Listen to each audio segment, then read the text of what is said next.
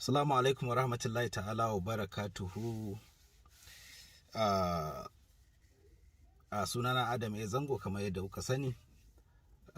Ina son yi amfani da wannan dama in yi wa al'ummar Arewa baki daya ta'aziyya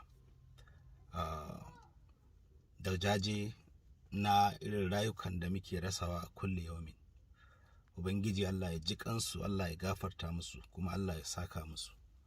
Duk waɗanda suke da hannu tun daga kan shugabanni har zuwa kan talakawan ma, har zuwa kan koma waye yake da hannu a cikin irin waɗannan al'amarin da suke faruwa, Allah Ubangiji ya shirye su. Idan ba masu shirwa ba ne, Allah ya tona musu asiri, kuma Allah ya yi musu yadda suke yi wa al'umma tun daga duniya har izuwa lahira. Mu kuma da wannan abin da yake faruwa da mu, sai dai mu yi addu'a. Ubangiji Allah ya kiyaye, Allah ya yi mana canji na gari, Allah ya sa shugabanninmu da malamanmu da sarakunanmu, Allah Ubangiji ya sa ya yi mana sauyi na gari, ya yi mana sauyi na alkhairi, ya kawo mana waɗanda za su ji kanmu kuma za su yi taya mu alhini a duk lokacin da irin waɗannan abubuwan suka faru a cikin shugabanninmu.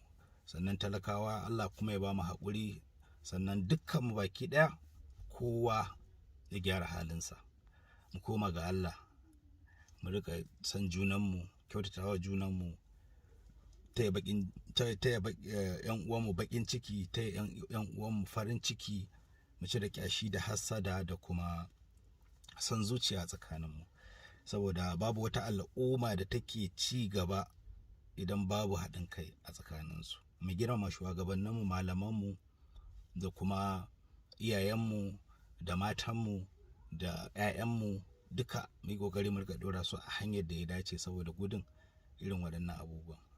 So da yawa wofantar da mutane da nuna musu cewa su mutanen banza ne, da nuna musu cewa su ba su da wani amfani a cikin al'umma, shi ke kawo irin wannan abun, ya sa mutum ya shiga wani depression ɗin da wani zai zo ya masa huɗuba sai ya ga cewa wannan shine wanda yake kaunarsa, ya gaya masa abin da ya dace sai ya bi shi. To da akwai mutanen da Allah ya ba su baki da iya maganan da idan ba Allah ne kiyaye ka kwakwalwarka ba tana da ƙarfi ba, daga sun yi maka hudu ba kawai sai ka ba hanyar da suke bi. Da haka mu rika nuna wa 'ya'yanmu da waɗanda ba 'ya'yanmu ba abin da ya dace. Mu girmama iyayenmu kamar yadda na faɗa, malamanmu, sarakunanmu da 'yan siyasanmu, tunda ba duka ne aka taru aka zama ɗaya ba. Amma muna fata Allah ya tona waɗanda suke da hannu a cikin waɗannan al'amura. Na gode. Ubangiji Allah ya sa kuma idan shekarar zaɓe ya zo 2023, talakawa ya kamata ku yi hankali, mu yi hankali. Ka fito kada naira 10 ko naira 20 ko 1000 ko turmin zani ko abinci saboda kana jin yunwa ya ruɗe ka je ka dangula wa mutumin da ya baka kuɗi ko ya baka abinci. Da haka idan ya baka, ka siye shekara 4 kenan a wannan kuɗin da ya baka ko dangula maka da ko abinci da ya baka. Da haka mu kiyaye, mu zaɓi na gari, mu duba a kowace jam'iyya, ba ina yi wani bangare kamfen ba ne, kowace jam'iyya mu duba mutumin arziki, mutumin kirki, mutumin da yake taimakawa al'umma tun kafin ma ya fito takara. Irin waɗannan su ne wanda ya kamata a ce ana zaɓa. Da kuma mutumin da yake shiga cikin al'umma, wanda dukkanin abin da ya faru zai fito ya ce Allah wadai, ko kuma ya zo gurin ya yi wa mutane ta'aziyya, ya kwantar musu da hankali. To irin shugabannin da muke bukata kenan.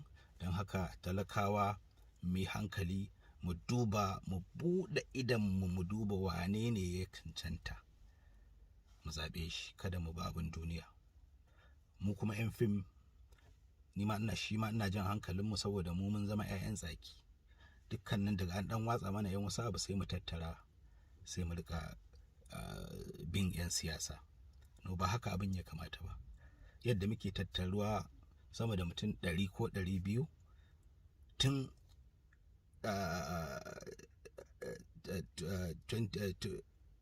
shekara dai 8 da ta wuce ne ko 10 zance, haka muke yi 'yan fim. Sai mu tattara mu tafi nan, ba mu tsaya mu duba mutumin kirki ne, mutumin arziki ne, shi me yayi wa talakawan garin sama, ko me yayi wa talakawa kafin ya zo neman wannan kujerar.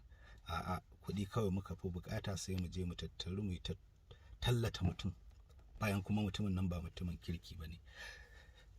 ban kira sunan wani ba, ban kira kuma wani ba, saboda kada canza min magana ta, saboda na san yan fim din yanzu sai ka ji an ce da wane yake da wane yake. No, da yan fim nake, yan uwana mai hankali mu riga dubawa, mu tallata mutumin kirki.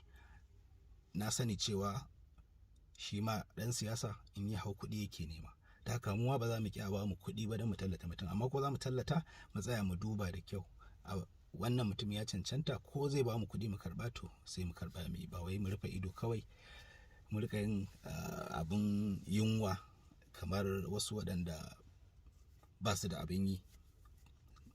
Mun zama 'yan bangan siyasa kawai kowane lokaci, abin da za mu rika yi kenan. So ina jan hankalinmu da Allah, wannan shekarar mu yi kokari mu tallata mutanen kirki a cikin waɗanda suka ci gwamnatin kujerar nan. Mun san mutanen kirki, mun san waɗanda ba mutanen kirki ba, so mu ba su goyon baya, mu ba su haɗin kai, kuma mu tallata su domin talakawanmu su rika kaunar mu, saboda a kowane lokaci duk mutumin da muka tallata wallahi muna da mabiya, muna da waɗanda suke samu. Idan kuma muka fito muka tallata saboda soyayyar da suke yi mana, sai ya sa su zaɓi wannan mutumin, ba ko da ba su san komai a kan shi ba. A yi haƙuri, na san shugabanninmu su ya kamata su fito su yi wannan maganar. Na arbakinsu na ci musu albasa, a gafarce ni, ba wai dan ba za su iya fitowa ba ne, no. Amma idan lokacin da ya kamata mutum ya fito yin magana akan abin da bai dace ba, to ya kamata a ce ya fito ya yi magana. Ina biye da mutane da dama a cikin 'yan fim waɗanda suke iya fitowa su yi magana, irin su Falalu Ɗorayi, irin su Yala, irin su Baban Cinedu, irin su kai ga sunan dai akalla wanda ni nake ganin suke iya cire tsoro su fito su irin wannan maganan, duk da suna samun alheri a gurin gwamnati, bai hana su fito su kalubalanci gwamnati in ta yi ba daidai ba. Da haka idan magana na ya yi wa al'umma ɗaci da kuma 'yan fim 'yan uwana, a gafarce ni don Allah, ban yi shi don in ci zarafin wani ko kuma in ɓata wani ba. Na gode.